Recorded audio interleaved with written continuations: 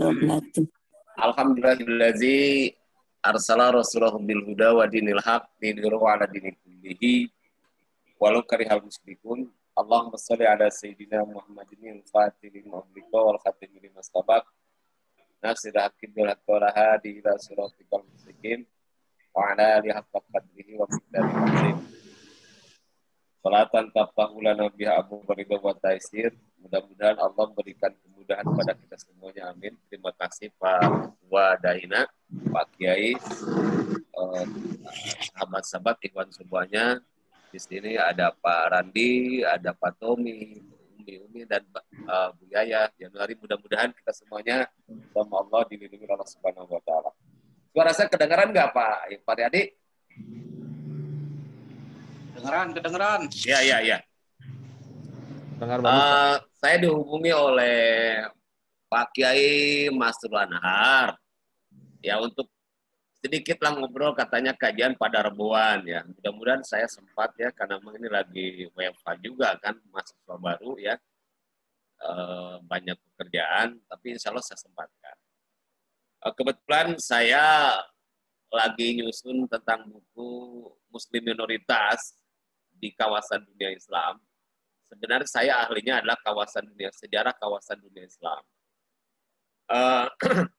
Udah oke lah, ini kita ngobrol-ngobrol saja gitu, minimal untuk menambah informasi serta meningkatkan gairah jihad kita dalam rangka berdakwah di tengah-tengah umat kita. Mengenai potret muslim minoritas di negara-negara mayoritas non-muslim itu sudah jelas bisa diprediksi. Pasti banyak masalah. Kalau misalnya sebuah negara itu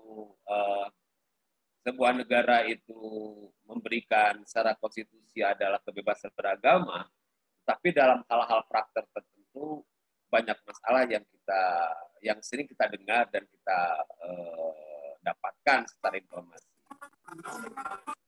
Salah satu buku yang saya perbaiki ini judulnya ini, dan menjadi bagian daripada mata kuliah di pasca sarjana dan di sejarah peradaban Islam di kawasan dunia Islam. Tapi yang sekarang saya tulis itu sekitar 500 halaman, itu 500 halaman, baru sampai Asia Timur itu sudah 500 halaman, 1 spasi.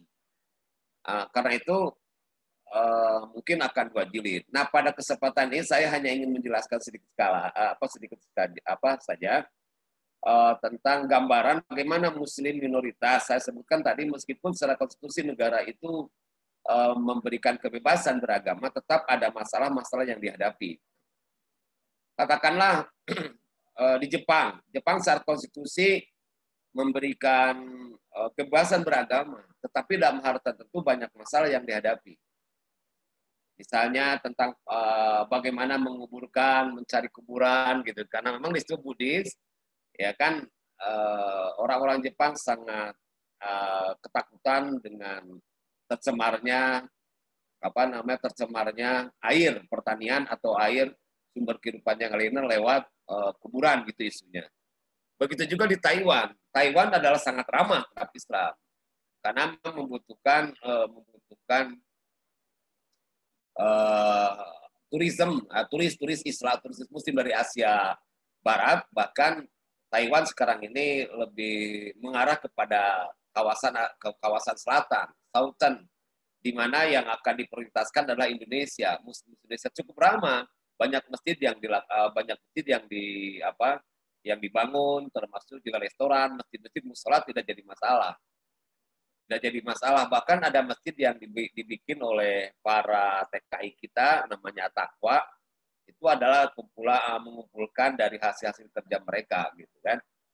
Tetapi ada juga persoalan, misalnya karena mayoritas muslim di sana adalah non-muslim ya, beragama Buddha dan Kristen. Dalam hal ini mereka juga sangat ketika melaksanakan puasa misalnya ya merasa sendirian gitu, meskipun mayoritas 250.000 misalnya di Taiwan itu kaum muslim dari Indonesia, kebanyakan 50.000 ada dari Indonesia, sementara dari yang lain adalah 100 ribuan dari suku Hui, ya, dari dataran Tiongkok. Artinya bahwa persoalan muslim minoritas itu banyak yang dihadapi gitu kan, mulai dari ekonomi, politik, tapi intinya politik.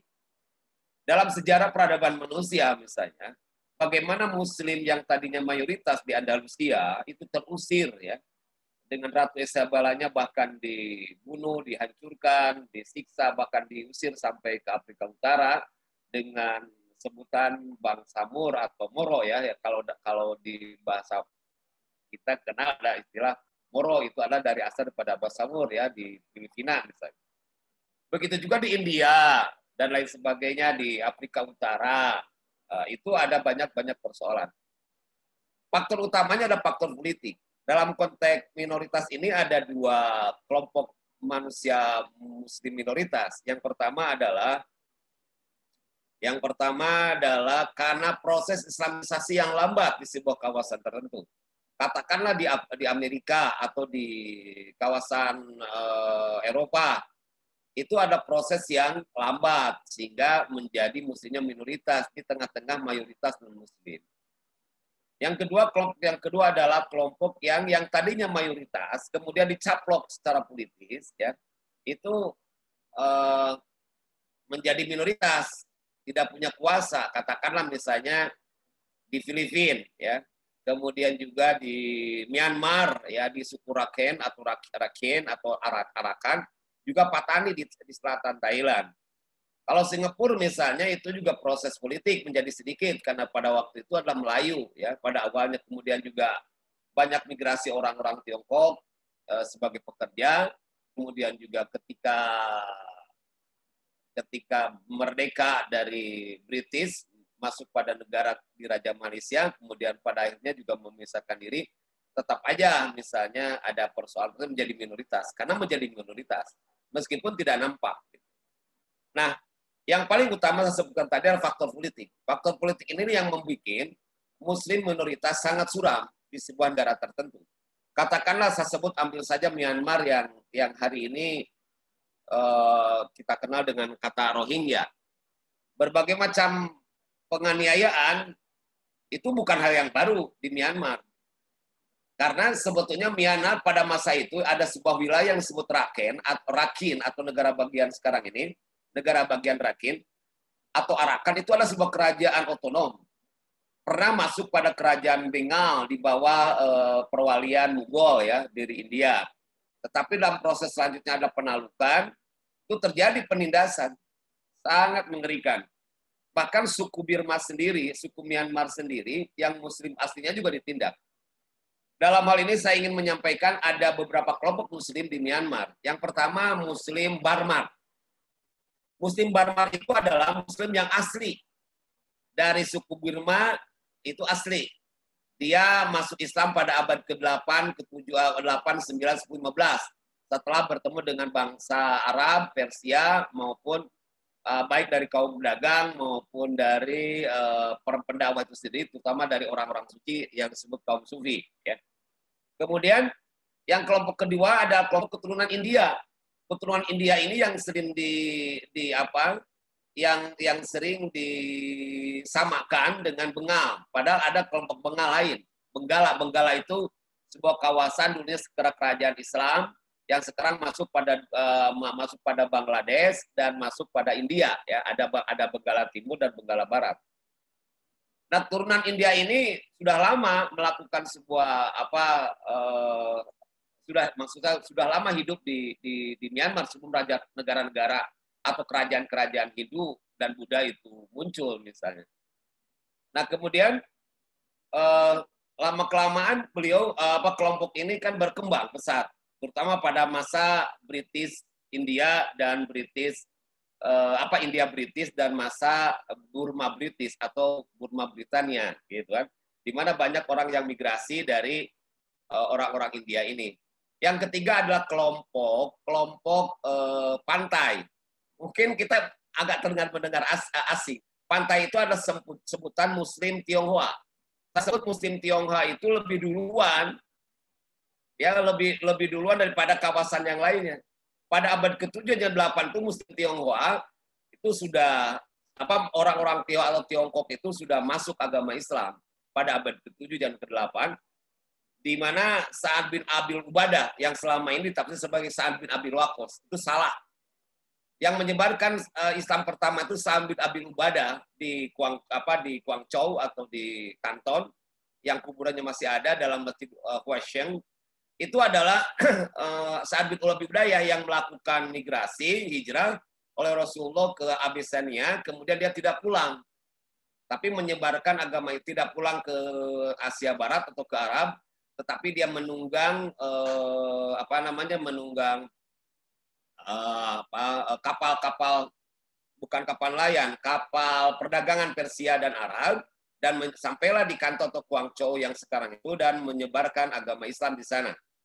Nah, suku Hui ini juga adalah menyebarkan agama Islam termasuk ke Myanmar, terutama setelah jatuhnya Kesultanan Sulaiman di Yunan. Mungkin kita asing mendengar bahwa di Tiongkok itu ada sebuah kerajaan Islam Yunan. Itu berdiri 12 tahun merdeka. Setelah Qing, itu kerajaan Manchu itu, kekaisaran Manchu itu dalam keadaan parah.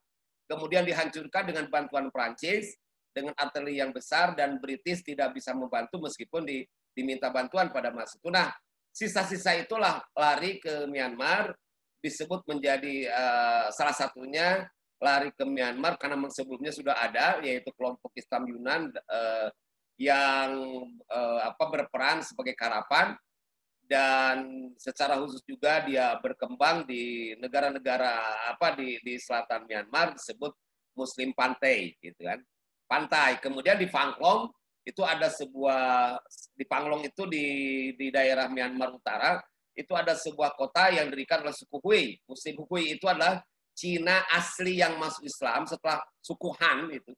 Suku Han masuk Islam maka mendapat gelarnya Hui atau Hui Xia.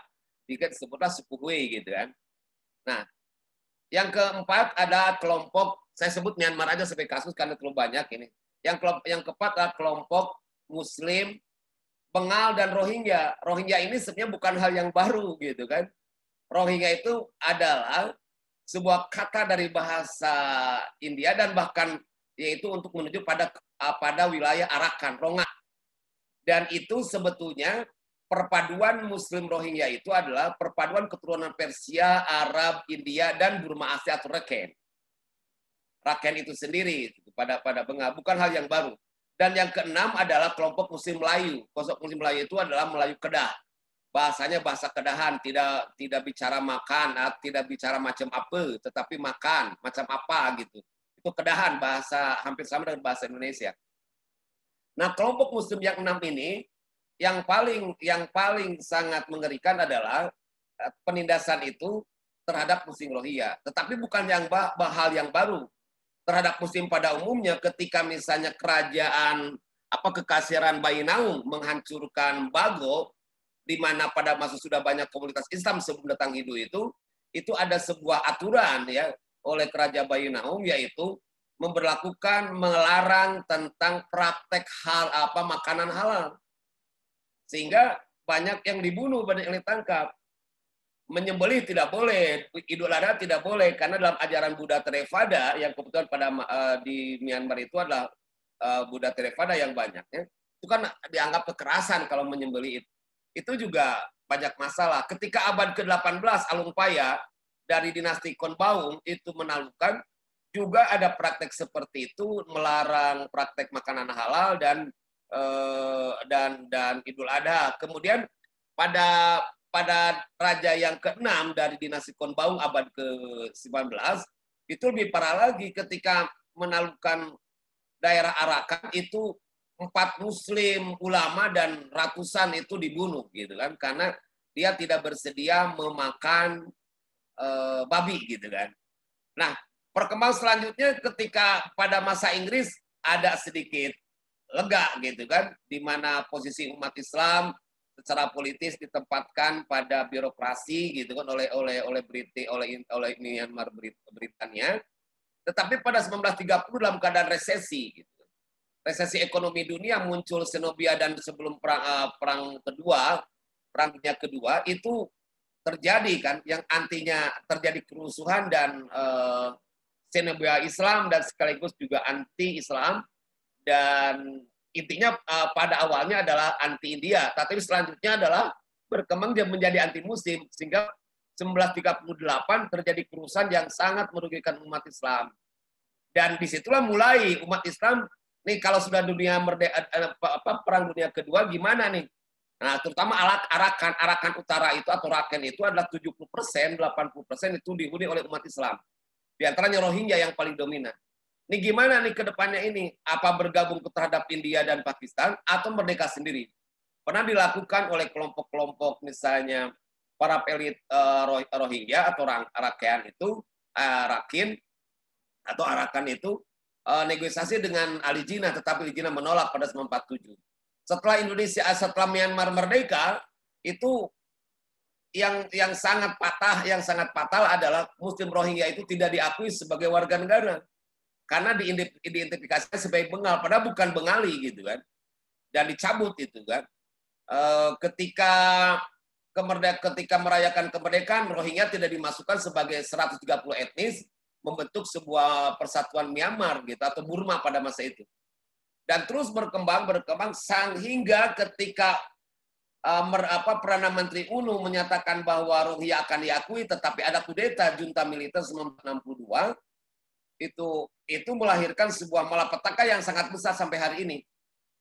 Dan lewat undang-undang 1962 kemudian 1982 itu bahwa Rohingya itu bukan masyarakat, bukan bagian daripada Myanmar, dan dicopot kewarganegaraannya. Dicopot kewarganegaraannya ini, kedengaran nggak nih biasanya? Kedengaran Pak ya? Terdengar, Ustaz. Kedengeran. Ya. Terdengar jelas Pak. Ya. Jelas dengar, ya. Nah, ada sebuah peraturan undang-undang tentang kewarganegaraan di antaranya bahwa Rohingya itu adalah bukan warga negara, bukan bagian daripada Myanmar, dan dianggap sebagai kelompok Bengal. Maka melahirkan eksodus banyak tahun 82 dan banyak orang tercopot kewarganegaraan. Artinya sekali lagi bahwa faktor politik akan mendukung tentang nasib sebuah masyarakat Muslim dimanapun berada, gitu kan? Terutama Muslim minoritas. Nah, ketika junta militer ini berkuasa sejak 62 sampai ya pernah 2016 itu kelompok sipil ya, itu menguasai dari NLD, tetapi tetap aja Muslim Rohingya itu adalah dianggap sebagai sangat berbahaya. Kenapa? Karena dianggap akan memisahkan diri dan akan merebut kekuasaan negara. Ya, itu sehingga sistematis mulai daripada operasi Raja Nagamin atau Raja Naga, di mana maksudnya adalah dipretili tentang kewarganegaraannya, sampai munculnya sistematika genosida tentang menghancurkan pemukiman Muslim sistematis dengan cara mengadu domba antara kelompok Buddha dengan kelompok Muslim. Nah, sehingga di situ mulai orang-orang Rohingya itu mulai eksodus ya. Saya secara singkat begini. Gerakan dan muncul juga kaum nasionalis religius ya dari kelompok Buddha, di antara yang dipimpin oleh Biksu Asin Wirathu. Dia sangat benci sekali setelah juga dipicu oleh penghancuran patung Buddha di Taliban, oleh Taliban di Afghanistan maksud. Patung Buddha di Taliban di Afghanistan oleh kelompok Taliban. Mereka mendirikan gerakan disebut dengan 969. 969 itu sebuah angka numerik dari bangsa Myanmar, di antaranya adalah mengandung satu Buddha, Dharma, dan Sangha. Itu sebuah simbol untuk gerakan perlawanan terhadap Muslim dan menghancurkan Muslim, bisnis Muslim. Dan si biksu Asin Wirathu itu senantiasa berikan simbol-simbol angka dengan alasan bahwa 2021 Muslim akan menguasai Myanmar, begitu. Sehingga timbullah muncul kebencian-kebencian bersama dengan kelompok-kelompok yang lain, sistematik dengan junta militer, dan memberikan provokasi bahwa tuh lihat Indonesia, Malaysia, dan Pakistan yang dulunya adalah kawasan Buddha sekarang dimuslimkan, begitu. Terjadi sebuah sistematis sampai hari ini. Sampai hari ini, saudara-saudara sekalian, kaum Rohingya yang tadinya 3 juta itu, ya, itu sudah pada lari di beberapa negara, kawasan Eropa, kawasan Amerika, Australia, dan juga terutama di Bangladesh itu sekitar 1 juta orang.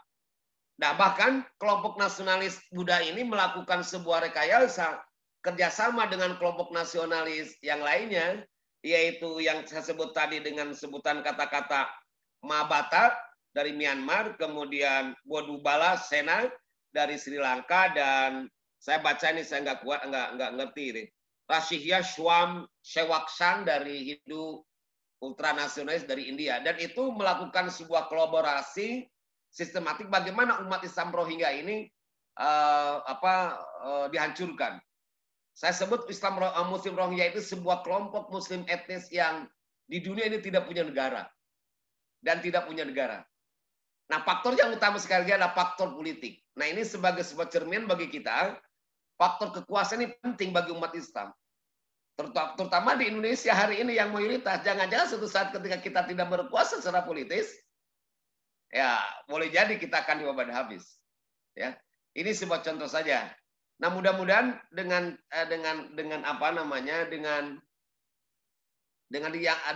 pemaparan saya sampaikan sedikit ini, karena Mang Jum ini waktunya, ya mudah-mudahan menjadi sebuah daya tarik bagi kita dan semangat jihad bahwa kita sebagai mayoritas Muslim, yang pertama bahwa di luar dunia kita, di luar kawasan kita, di luar regional kita, banyak Muslim-Muslim kita yang masih butuh pertolongan kita. Bantuan secara politik, bukan hanya ekonomi dan kultur dan politik. Katakanlah ketika misalnya Muslim Rohingya di Myanmar itu adalah di sistematika, ya, diusir, dibunuh, gerakan pembersihan etnis lewat junta militer dan pemerintahan sipil sendiri dibantu oleh ultranasionalis kaum Buddhis. Negara-negara ASEAN ini termasuk Indonesia kan diam. Dengan alasan apa? Alasannya adalah tidak bisa melakukan intervensi terhadap negara kesepakatan begitu. Tetapi kalau kita punya kuasa, misalnya partai kita atau umat Islam yang berkuasa punya jihad di negara kita ini, meskipun kita ada kerjasama dalam kelompok ASEAN, tetap kita akan memiliki keberpihakan. Karena keberpihakan itu ada di hati kita. Awalnya bukan di pikiran, bukan di rasionalitas kita. Saya pikir itu yang saya sampaikan, bahwa faktor politik sangat menentukan terhadap nasib buruknya sebuah Muslim, terutama Muslim minoritas di sebuah negara mayoritas non-Muslim. Salah satu yang saya sampaikan dalam Myanmar. Begitu juga di Thailand Selatan. Di Thailand Selatan itu sejak ditaklukkan pada abad ke-18, yaitu kerajaan Patani, dan masuk pada tahun 1902-1907 dengan perjanjian Anglo-Siam, itu sangat parah sampai hari ini. Tiap hari mendengarkan pembunuhan, penculikan, gitu, pemerkosaan, mau sholat saja, mudawah saja diawasi, gitu. Apalagi dalam masa COVID sekarang ini, ya sangat memprihatinkan. Tiap hari terbunuh, bahkan janda itu ada yang sampai 3.000. Silakan saja kalau pakai mau cari janda itu ke Patani, itu banyak janda itu. 5.000 anak yatim, 7.000 yang meninggal dunia, ya. Beberapa kali bahkan murid saya dari UIN Bandung, termasuk santri saya, banyak yang syahid hari ini ditembak hanya gara-gara pakai kopiah. Jadi kalau Pak Tommy pakai kopiah ke Thailand itu kecurigai, tetapi juga dilematis. Kalau kita ke Patani, kalau pakai topi suduk itu dianggap kafir, anggap siam. Jadi serba salah. Pakai kopiah juga kita akan dianggap dianggap orang Patani dan pemberontak. Nggak pakai kopiah juga nanti dianggap, kalau pakai topi suduk dianggap kafir. Lebih baik begini, tapi panas di Thailand Selatan itu. Dan sampai hari banyak yang meninggal dunia, termasuk murid saya yang sangat pintar ya, itu ditembak setelah dia mengajar di pondok. Padahal dia bukan pemberontak gitu. Ya, artinya bahwa sekali lagi ketika kekuasaan politik tidak punya kuasa Muslim itu, ya sangat mungkin untuk melakukan sangat mungkin banyak masalah yang sangat suram, termasuk rekayasa untuk menghancurkan Muslim di mana pun juga. Saya pikir ayat Al-Quran yang mengatakan walan tardo ankal yahud walan nasoro hatta tatabi'a millatahum bukan berarti Yahud dan Nasara dalam arti bukan hanya dalam arti etnis, tetapi agama dan peradaban dan ideologinya. Nah, kadang-kadang kita latah sekali. Toleransi beragama, kita benar di sebuah negara yang kita cintai, tetapi juga jangan sampai melacurkan keberagaman kita, akidah kita, sehingga kita kurang waspada. Karena Al-Quran itu jelas walan tardoan kal Yahud walan Nasara hatta tatabi'a millatahum, pakai lan bukan pakai lam. Maaf agak sedikit kiainya saya keluarkan ya. Lan, bukan lam. Kalau lam itu menunjukkan fi'il mudhari, continuous atau hari ini. Tetapi bisa proses, tetapi lan itu menunjukkan satu kepastian tidak akan selama-lamanya. Allah tidak menggunakan kata lam. Misalnya lam tardo tetapi lan. Lan itu artinya mutlak sampai kapanpun mereka tidak akan ridho. Ya kan jelas walan tardo al yahudu walan nasara hatta tatabi'a millatahum. Termasuk kamrat-kamratnya, ideologinya yang sewasa dan mereka. Maka umat Islam dimanapun juga berada harus melakukan sebuah upaya. Ya, dakwah ini ya bukan hanya kultural, tapi ada juga dakwah politik ke depannya gitu kan. Nah, Indonesia menurut saya kalau Indonesia dikuasai oleh umat Islam, karena Indonesia itu kekuatannya sangat besar dan mayoritas Islam dunia dari 1 miliar 700 Muslim sedunia ini ada mayoritas di kita di Indonesia. Semua orang mengharapkan kita, termasuk Palestina segala macamnya. Nah, mudah-mudahan teman-teman yang hari ini malam ini selanjutnya melakukan kajian-kajian itu bukan hanya untuk ilmu ke ilmu, tapi juga ideologis, sehingga muncul rasa jihad kita, dan apa yang kita lakukan adalah tetap inna sholati wa nusuki wa mahyaya wa mamati lillahi rabbil alamin, sebagaimana yang diprinsipkan hidup daripada Nabi Ibrahim alaihissalam, yang dicatat oleh Allah Subhanahu wa taala. Prinsip itu menjadi prinsip kemuliaan dan dicatat oleh Allah Subhanahu wa taala, direkam dalam kehidupannya, bahkan masuk pada manasik, perilaku dan sejarah atau biografi yang dia lakukan, perilaku dia lakukan. Jadi kita sekali lagi dengan prinsip inna sholati wa nusuki wa mahyaya wa mamati lillahi rabbil alamin, kita bergabung di Daina dan segala macamnya, tetap harus melakukan prinsip itu. Mudah-mudahan apa yang saya sampaikan ini ada manfaatnya. Sekali lagi saya mohon maaf Pak Kiai, apalah yang saya sampaikan ini mudah-mudahan kita bisa bertemu di dunia fisik ya. Insya Allah pandemi akan tidak ada ya. Kalau corona masih ada, tetapi insya Allah lah, karena sesuai dengan rekayasa dan strategi kebijakan dunia, insya Allah akan selesai ke depan juga, mungkin beberapa 6 bulan ke depan mudah-mudahan kita bisa bertemu di dunia fisik. Terima kasih. Dari saya, fattakullah mastatatum billah visibillah. Assalamualaikum warahmatullahi wabarakatuh. Waalaikumsalam warahmatullahi wabarakatuh. Baik, terima kasih Prof atas pemaparannya yang membuat kita agak mendidih ini. Baik, silakan Bapak Ibu hadirin yang dirahmati Allah. Jika ada yang ingin menanggapi atau bertanya, mungkin kami persilakan.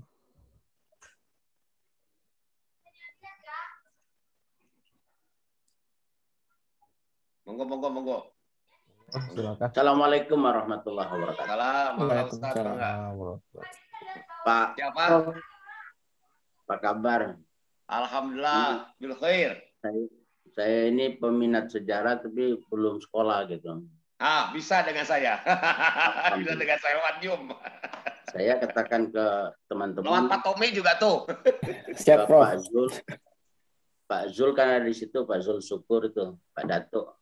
Kita bikin kelas di DPP itu untuk satu paket di Rosat Islamiyah khususnya tentang sejarah Islam. Tapi lebih khusus lagi, saya pikir udah kebesaran, kita bicara peradaban dan kebudayaan. Kita konstruksi lagi dengan perjuangan Islam. Bahasa saya perjuangan Islamnya. Ya antum bilang tadi politiknya itu. Nah, apa cerita tentang Islam kawasan dunia itu sebenarnya di negeri kita sendiri masih banyak yang terjadi seperti itu. Dan ada yang tidak terekam, seperti misalnya saya katakan walaupun tidaklah besar ya. Saya ini orang Kota Mobagu. Ini namanya kabupatennya Bolamongondo. Informasi kita bagi-bagilah menjadi 4 kabupaten 1 kota, Bolamongondo Raya di Sulawesi Utara. Pak Kiai Masrur itu nggak tahu saya itu provinsi Sulawesi Utara atau provinsi Gorontalo. Orang DPP PBB pada ini mantan sekjen, hari ini wakil ketua Majelis Suro, itu nggak tahu Bolamongondo itu secara apa pembagian wilayah itu maksudnya ke Sulut atau maksudnya ke Gorontalo. Ini juga berbahaya secara politik. Itu fakta. Ada apa di belakang itu? Ini bagian dari penjelasan antum tentang kawasan bahwa sebenarnya apa yang terjadi di Moro itu kan sisanya di Bolamongondo juga. Ya. Bolamongondo itu ya kalau kita baca kebijakan Zending itu abad menjelang abad 17, 18 dan 19 itu berulang kali gagal masuk ke Bolamongondo itu. Dan banyak catatan-catatan yang menarik gitu ya, tapi baru terungkap sekarang gitu, karena nggak ada dokumennya gitu. Paling tidak saya ingin katakan bahwa kami menganggap diri kami ini merdeka ini baru reformasi. Ya, tidak banyak tahu, orang selalu mengidentifikasi kita itu orang Gorontalo gitu, padahal bukan. Nah,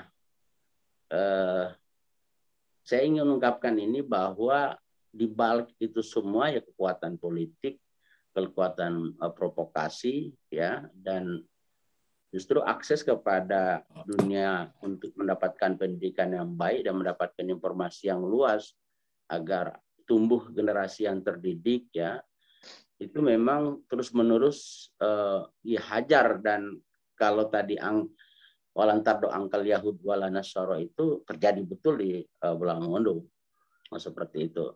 Oleh karena itu, saya pikir pada kesempatan yang berbahagia ini, salah satu yang bisa dilakukan, kalau politik ini kan berat juga ya, tapi mungkin ke internal kita juga perlu kita mengidentifikasi secara rasional dan objektif ya. Kalau hari ini kita nge-zoom tema-tema besar seperti ini, sebut saja yang aktif anggota PBB itu misalnya, ini ke internal kita ini sebagai introspeksi ya. Nggak usah 1 juta lah gitu ya. Saya 250.000. Hari ini yang mendatangi Pak Tommy dan Pak Randy itu nggak cukup 20 orang. Tema sebaik ini gitu. Dan ini akan selalu seperti itu. Ini kan problem internal kita juga betul-betul. Tentu secara ilmu sih bukan pada jumlah ya. Tapi giroh pada apa? Ya giroh dan mau bikin saf itu ya pada jumlah juga kan seperti itu. Ini juga tantangan nyata di internal kita di PBB dan saya agak risau betul dengan terus-menerus seperti ini gitu. Nah, tema-tema mungkin ya besar seperti ini bagaimana juga bahasanya nih Pak Tommy ini bisa diminati oleh milenial. Karena sedikit sekali milenial meminati tema-tema seperti ini. Nah, ini luar biasa ya. Jadi saya usulkan bahwa di samping Prof tadi belum selesai di seluruh kawasan, baru Asia saja sudah 500-an halaman buku gitu ya, belum masuk ke Afrika, belum masuk ke Amerika, ke Eropa ya. Tapi ya di internal kita sendiri juga bukannya tidak ada problemnya juga sama seperti itu. Nah, partai kita ini saya pikir satu dari untuk combine dari merekonstruksi sejarah, saya menyebutnya sejarah perjuangan, penting juga mungkin untuk memikirkan kembali tentang politik identitas. Karena politik identitas ini kan kayak PBB kan bulan-bulanan dengan buzzer. Apa buzzernya? politik aliran. Dan karena nggak banyak pengetahuan tentang sejarah, memang sih gironya tinggi tentang bagaimana berislam, tentang berpartai, tapi wawasannya ya pendek. Jadinya jadi sumbu pendek, nggak bisa dihadapi apa sih tentang lingkungan kita berpolitik ini. Hari ini kan materi buzzer itu misalnya kita diidentifikasi dengan apa yang kemarin terjadi di Pilpres ini, dan itu kan bagian dari penyebutan bahwa kita ini ya bagian dari kelompok aliran. Tapi sesungguhnya perjuangan kemerdekaan itu justru yang menguatkan itu adalah politik identitas, ya. Katakanlah bahwa kami ini Muslim, full, ya, innani ana Muslim, kan itu harus ditegaskan, kan seperti itu. Nah, itu saya pikir operasional dari kuliah ayyuhal kafirun, penegasan. Tapi bagaimana menyampaikan itu kepada kader, saya pikir ini bagian dari hal penting untuk ya seperti di partai ini dibuatkan sistematis dan bisa diterima terutama oleh generasi baru. Kalau kita ini kan rata-rata sudah di atas ada kepala 40, kepala 50, bahkan 60, mungkin ya sudah terbatas. Tapi kita tengok hari ini misalnya berapa banyak nih dari 15 ini 17 peserta hari ini yang milenial, 18 lah. Mungkin 5 kali milenialnya gitu. Jadi ini dari saya terima kasih, mudah-mudahan bisa ditanggapi walaupun bahasannya adalah, tapi ya saya pikir relevan saja ketika kita potret di internal kita sendiri, khususnya PBB umumnya Indonesia. Terima kasih banyak Prof dan Pak. Ya, terima kasih. Terima kasih Pak Joko. Salam dari Sulawesi Utara. Saya rindu juga ke sana. Ini udah lama nggak ke sana. Sayanya di Jakarta. Jakarta. Saya ke Kanokowe biasa, ke Kendari dengan teman-teman raja-raja biasa suka diundang. Betul, masih jauh Pak Prof. Ya. Kita di ujung sana, Kendari. Kalau saya ke sana. Tidak apa-apa. Ya. Kawasan itu, kalau disebut kawasan. Terima kasih. Ya. Terima kasih Jakalo dan Kasiro. Terima kasih Pak. Izin tanya Pak. Ya, saya komentari sedikit ya. Ya. Pak Radi. Ya, jadi betul penting ini pendidikan sejarah Pak Tommy ya, sejarah perjuangan umat Islam ini penting. Kalau kita tidak tahu tentang bagaimana sejarah perjuangan umat Islam ini, kita akan buta dan seolah-olah kita tidak punya apa-apanya, termasuk di negeri kita. Padahal banyak perjuangan, ya, bahwa negeri kita ini umat Islam itu banyak menyumbangkan bukan harta dan tenaga, bahkan gagasan tentang negara. Katakanlah misalnya Cokro Aminoto, Haji Agus Salim, Pak Nasir, itu banyak memberikan gagasan-gagasan tentang negara, termasuk pas peralihan negara.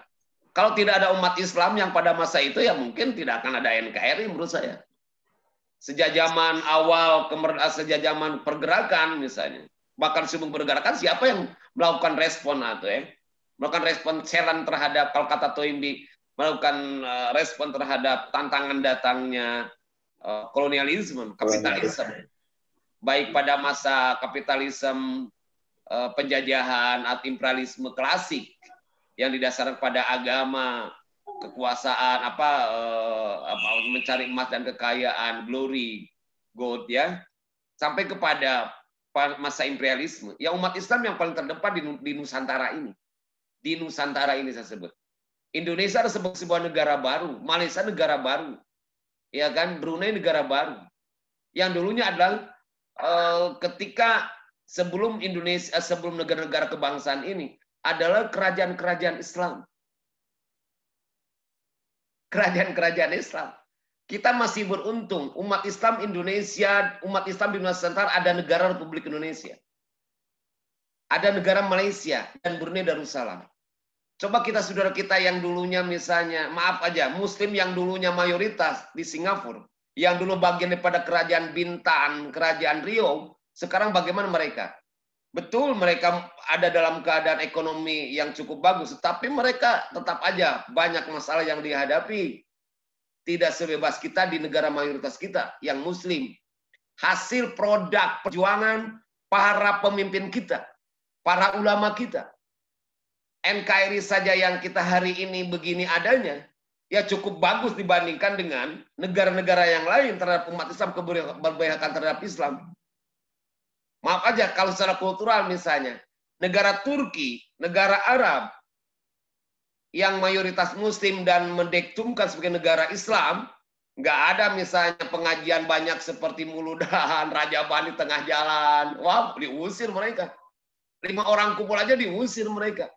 Kita bebas di sini. Sebuah negara yang prosesnya begitu panjang sebetulnya, dan itu adalah apa namanya, hasil perjuangan para pemimpin Muslim sebetulnya, para ulama Islam.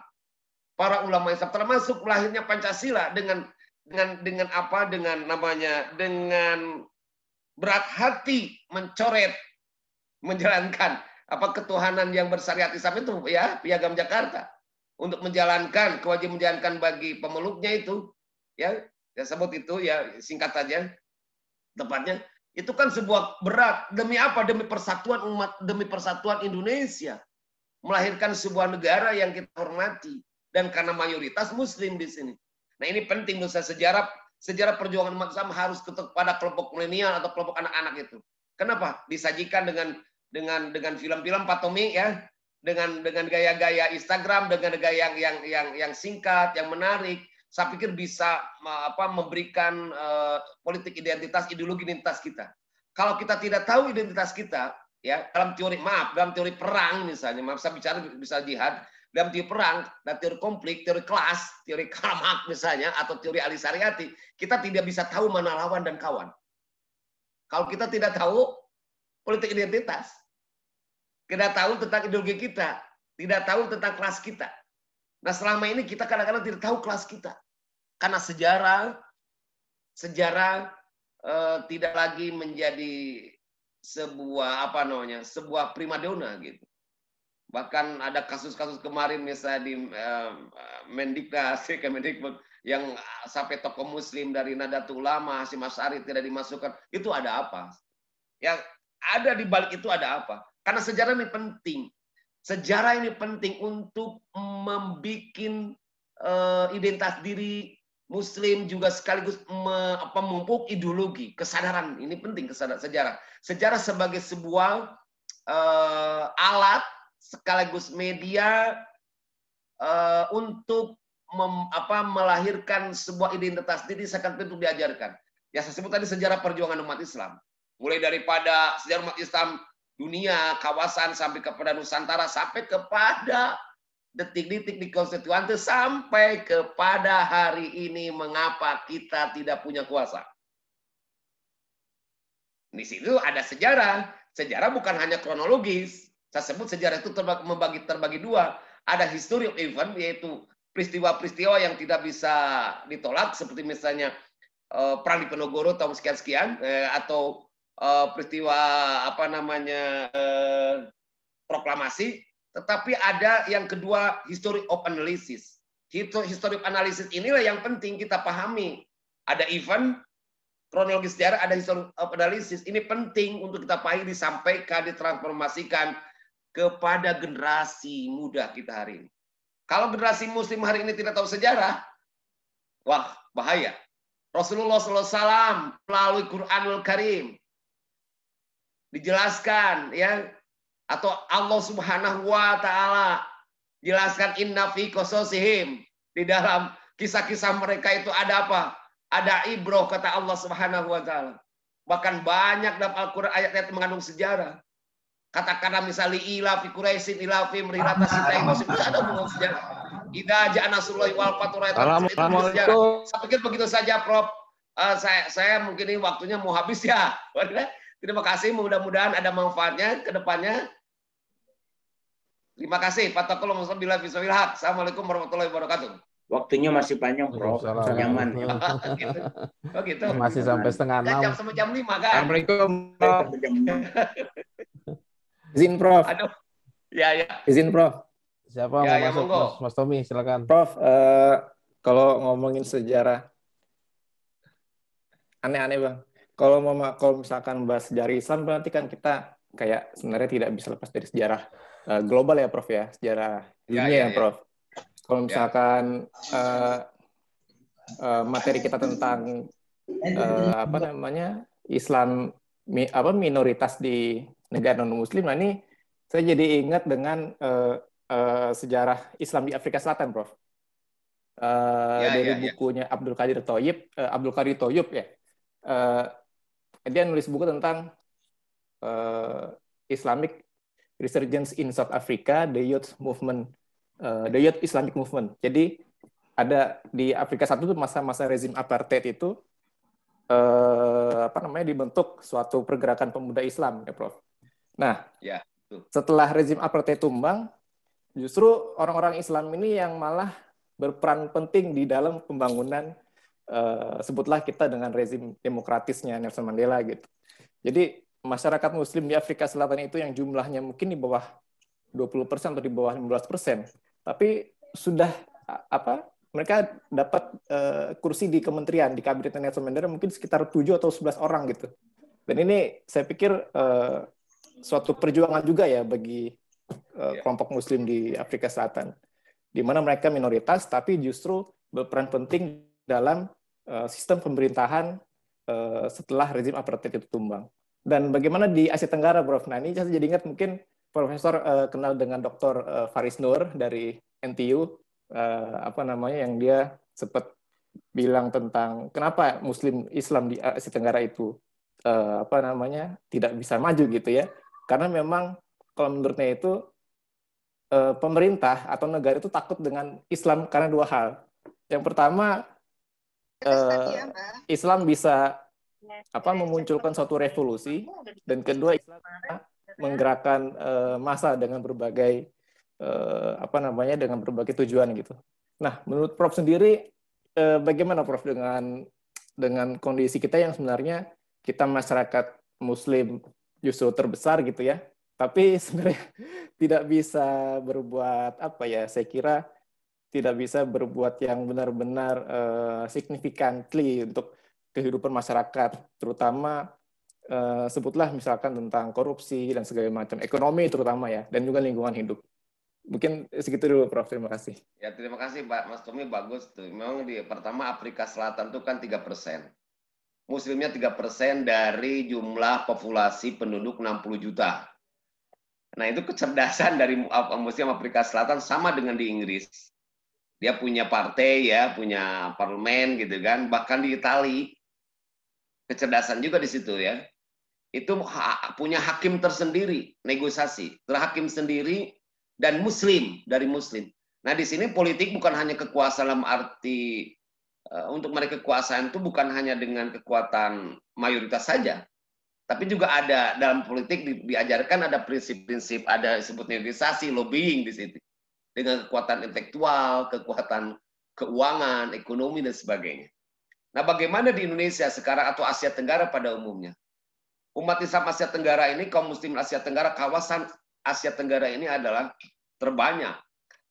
Kalau kita sebut misalnya di Indonesia sekitar ratusan juta, tambah dari Malaysia 17 juta, tambah Brunei 200.000, tambah Thailand Selatan adalah 4 juta sampai 5 juta, Filipina 7 juta, belum juga di Muslim Champa, Muslim di Kampuja, kemudian Vietnam itu juga sekitar 3 jutaan, Laos hanya sedikit.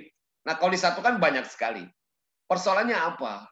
Yang mayoritas inilah saya sebut tidak punya kekuatan politik, legislasi. Kenapa?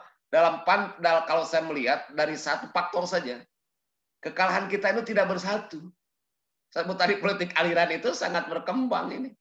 Istilah Wahabi, istilah tidak berkunut, itu kok istilah misalnya Wahabi, istilah Syiah, itu senantiasa dimunculkan sehingga bentrok tuh umat Islam tuh. Umat Islam menjadi terpolarisasi dan itu sengaja menurut saya dan tidak sadar kelompok-kelompok kita ini. Nah, ini penting sekali lagi pendidikan secara menjelaskan. Apa sih maksudnya ada munculnya misalnya kelompok ini, kelompok ini? Ya, penting ini. Dulu Indonesia bersatu, Muslim bersatu. Ya, dalam 2 jam bisa memproklamasikan kemerdekaan Republik Indonesia. Ya kan? Itu kata-kata Pak Nasir itu.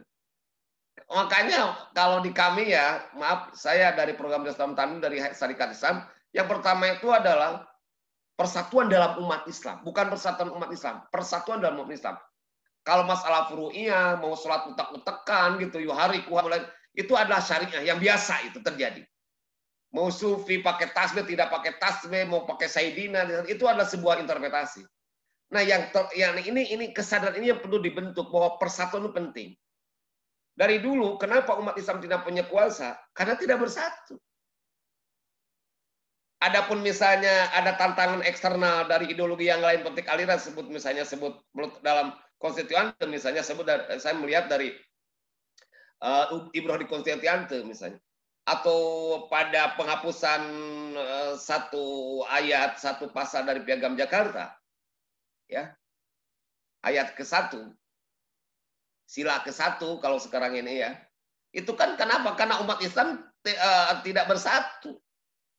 Tidak bersatu secara total gitu.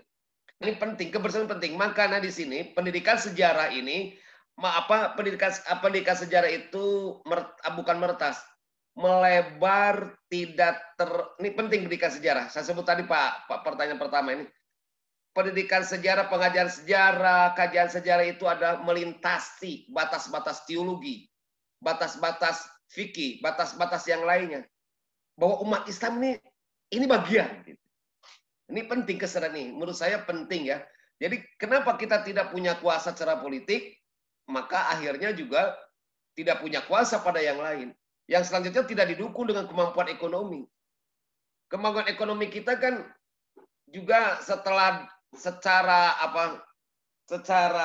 masif sejak zaman Belanda itu ya di mana kesultanan sudah hancur secara politik, maka tidak menguasai kekuatan ekonomi pantai. Dikuasai oleh Eropa dan tengahnya adalah Tionghoa. Tengahnya Tionghoa yang perantara antara ekonomi rendah ya masyarakat dengan tengah. Dan ketika ditinggalkan oleh orang Eropa atau Belanda, orang-orang Tionghoa itu punya kuasa. Ya. Nah, bagaimana caranya bukan kebencian etnis yang dilakukan, bagaimana mengislamkan mereka, misalnya menegosiasi mereka, dan kita harus belajar di kekuatan ekonomi, politik, kultural, negosiasi, lobby itu penting. Meskipun misalnya kita tidak punya partai hari ini yang katakanlah umat Islam partai politiknya kalah, kita bisa melakukan negosiasi dengan pemerintah, melakukan merembas, dan kita jangan menjadikan orang yang selama ini kan gini. Maaf saja, ada sebuah ya selain dari karena faktor-faktor yang lain misalnya tadi tidak bersatu. Yang kedua adalah kalau orang yang lain xenobia Islam, yang lain kan xenobia yang lain Muslim. Kita penuh kebencian segala macam ya, kata politik aliran. Apakah kita bisa kerjakan? Bisa kerjasama sekarang ini. Katakanlah misal kelompok nasionalis yang kalau kategori Clifford Geertz itu meskipun saya masih kurang setuju, hanya ini misalnya kelompok nasionalis yang abangan, yang pria itu bisa nggak diajak? Nah inilah diajak dalam keberislaman, pelan-pelan jadi punya ideologi sendiri. Di sini Daina ini ya bisa melakukan peran-peran selanjutnya, saya pikir.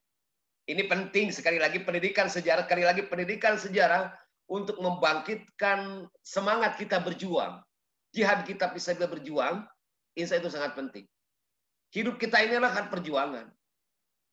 Kita perjuangan. Yang selanjutnya ketiga, ada menurut saya umat Islam Indonesia kenapa tidak punya kuasa? Kenapa tidak bersatu? Kenapa yang ada faktor? Menurut saya kubudunyanya sangat tinggi. Sehingga ini sumber buat saya, yang lain jangan, tidak bisa ini kan beda dengan kelompok minoritas bersatu kuat misalnya di Afrika Selatan gitu. Di di Taiwan atau di Tiongkok gitu. Tiongkok itu bersatu misalnya, Hui-Hui ketika sampai hari ini punya kuasa ekonomi yang sangat tinggi. Katakanlah Xiaotang misalnya, itu punya muslimnya lulusan doktor gitu kan. kemudian juga punya ekonomi yang sangat bagus. Setelah Kaike Teng Xiaoping, di mana kelompok 4 geng itu dihancurkan, ada Kaike Teng Xiaoping atau reformasi Kaike ya, Kaike itu reformasi, dan itu umat Islam bersatu dan melahirkan sebuah kuasa ekonomi yang sangat hebat dan pendidikan di Xiaotang. Xiantang saja 7 juta di Yunan itu namanya distrik Xiantang, itu kaya-kaya mereka. Nah, ini penting juga menurut saya bersatu itu ya. Penting itu. Kenapa pejuang itu kenapa lelah dan lama? Kenapa? Pejuang Islam itu apa? Kenapa menurut saya? Dalam sejarah yang kita lihat, karena hubudunyanya sangat tinggi. Karena itu kita butuh hidup sederhana. Kalau itu bukan berarti kita sederhana tidak boleh pakai Zoom, pakai laptop, pakai mobil, pakai pesawat. Ya Rasulullah saja itu pakai mobil, ya pakai kudanya yang sangat hebat, yang paling hebat pada masa itu. Kalau sekarang mungkin mobilnya Alfa atau apa, tapi hidupnya sederhana. Juhudnya ini penting, meretaskan nilai-nilai juhud pada pejuang kita. Insya Allah lah. Coba misalnya kita lihat para pejuang kita dulu. Pak Nasir tidak punya apa-apa, Pak Haji Agus Salim tidak punya apa-apa, Cokro Aminoto tidak punya apa-apa, Pak Nasir, Pak Haji Salim sebagai Menteri Luar Negeri tidak punya apa-apa. Ya, karena juhudnya itu sangat tinggi. Nah, ini penting. Jadi diturunkan pada generasi muda. Memang berat bagi kita ini untuk menurunkan ideologi Islam, semangat keislaman, perjuangan terhadap generasi muda selanjutnya. Ini perlu kesabaran kita. Tapi dengan sabar itu kata Rasulullah SAW menjelaskan, innal usri ma'as sabri. Sesungguhnya innal yusri ma'as sabri. Sesungguhnya kemudahan itu bersama dengan kesabaran. Artinya gigih. Sabar itu bukan diam, gigih terus berusaha. Kata orang Sunda itu adalah nikre ngereye. Nikre ngereye terus. Kita jangan lelah. Jangan lelah. Ini saya salut kepada Pak Kiai Anhar. Meskipun dalam keadaan pandemi, tetap aja 2 orang, 3 orang laksanakan. Ya, Daina ini kajian. Lama-lama kan bisa snowball, bergelombang. Kalau kita istiqomah. Sebab istiqomah itu adalah akan mendapatkan pertolongan dari Allah Subhanahu wa taala. Kata para sufi mengatakan begini, para sufi. Jangan mengambil karomah, yaitu hawarikul adat. Istiqomahlah beribadah kepada Allah. Sesungguhnya innamal karomah tujadu bil istiqomah. Sesungguhnya karomah, maunah, pertolongan dari Allah itu bersama dengan istiqomah. Kita istiqomah. Meskipun tidak dapat apa kita tidak bisa hidup loh. Bisa hidup, percaya. Kalau kita benar-benar istiqomah, bisa hidup kita ini.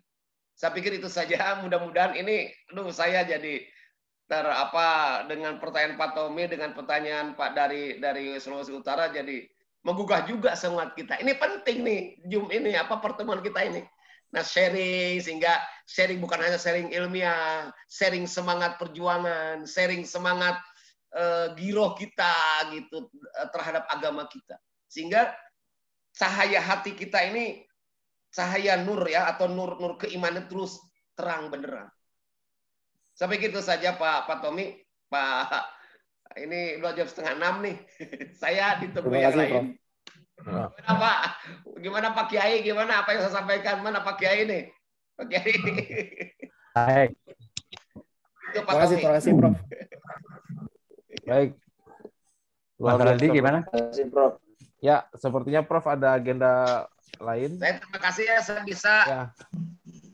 bisa izin nggak? Izin live nggak? Bisa.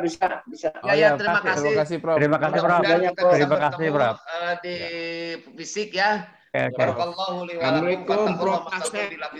Assalamualaikum warahmatullahi wabarakatuh.